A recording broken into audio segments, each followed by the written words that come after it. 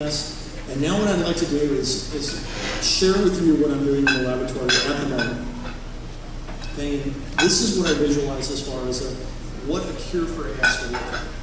So, obviously, all of you know that AS is a complicated disease. It's a very complicated disorder. It has a lot of interactions.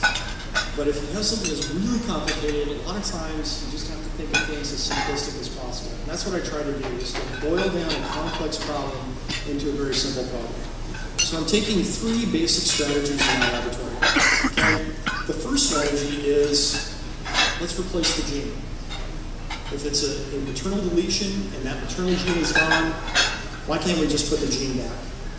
And there's actually a way that we can do this now. It's in a viral vector form. And this is something that's been developed over a number of years. They're actually using it in clinical trials for Parkinson's disease now. And what we've done in our laboratory is we have put in the UBE3A gene, the AS gene, into a viral particle. We've injected it into the mouse brain, and these are AS mice. These are adult mice. Right? So they're not babies, they're adult mice. And what we're trying to do now is recover the cognitive defect. Okay. So right now, we're all sitting here having dinner back in my laboratory at USF. There's little viral particles floating around in the brains of these AS mice, and hopefully in a few weeks we'll be able to make that determination. But if we find that we can recover the cognitive defect in these mice with this viral vector, it will pretty much lay the rest of the question of whether this is biochemical or whether this is developmental. And I've said this time and time again, I really believe that this is a biochemical defect, not a developmental defect. But hopefully that research will soon tell that.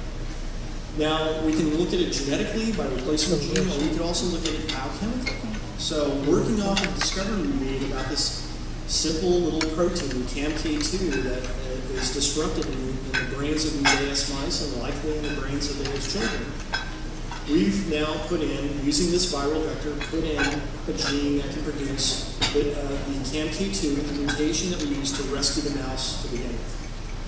Okay, so we're going to hit it on both sides. We're going to hit it on the front side with the gene. We're going to hit it on the back side, what we know is the endpoint with the CAMK2. We may even combine the two together.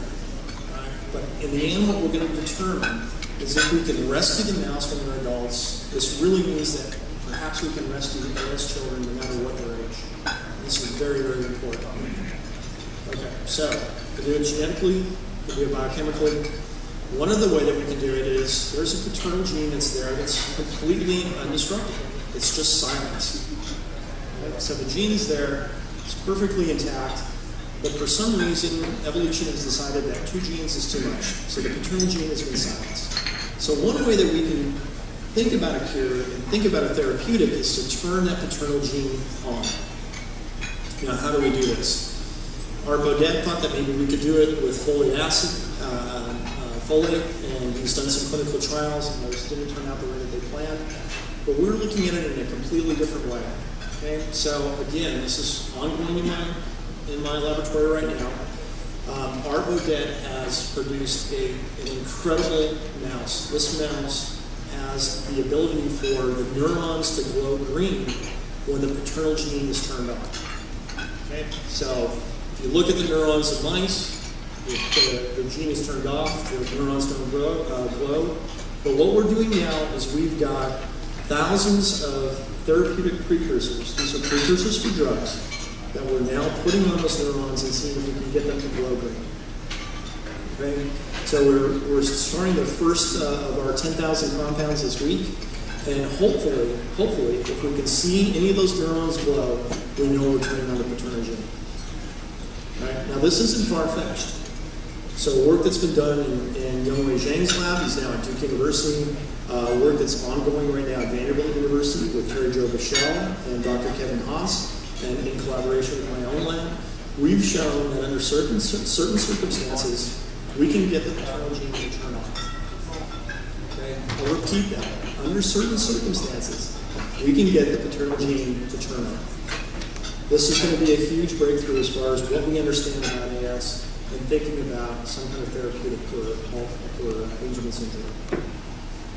All right, so now the flip side of that is if we can find a single molecule that will turn on the paternal gene, what we can do is we can look at that structure and see if there's any other drugs out there that look similar to it, maybe ones that are already FDA approved, and we can come up with a therapeutic immediately. Now, this is really swinging for the fences. Okay, this is it's a 1 in 1,000 shot. Of course, it was a 1 in 1,000 shot to find this little protein that had this change. There was a 1 in 1,000 shot that 2 mutations will find a cure.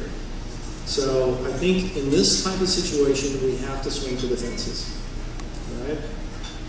So that's the science that I'm doing. I didn't want to talk about this to anybody after dinner, but I really think that we may be onto something. Now, I'm just one researcher. Okay, there's other people out there that are looking at this, and there's other people that are trying to understand how a therapeutic can come about, a cure for AS. But for all intents and purposes, we think that it's possible. So I'm going to tell you one other story. And this goes back again to when I was in graduate school. In the early 1990s, they decided to do something crazy. They were going to sequence the entire human genome. It's called the Human Genome Project.